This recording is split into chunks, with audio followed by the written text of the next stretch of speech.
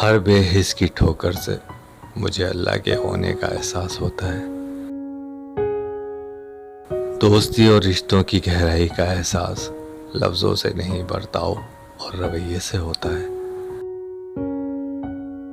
कुछ लोगों के साथ खून का रिश्ता नहीं होता, मगर फिर भी अपनों जैसी खुशबू आती है।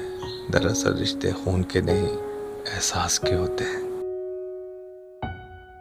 एहसास लफ्ज़ खुद इतना नर्म और नाजुक है कि बोलते हुए भी अपना एहसास दिलाता है। एहसास करने और करवाने वाले लोग बहुत कीमती और लाजवाब होते हैं।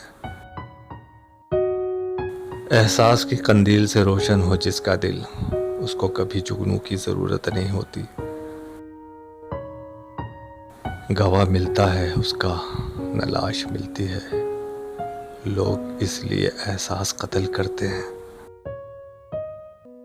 बाज़ लोगों में सब कुछ होता है, मगर एहसास नहीं होता। इस दुनिया में सब लोग जिंदा तो हैं, लेकिन जी नहीं रहे। जी वो ही रहे जिन्हें दूसरों का एहसास है।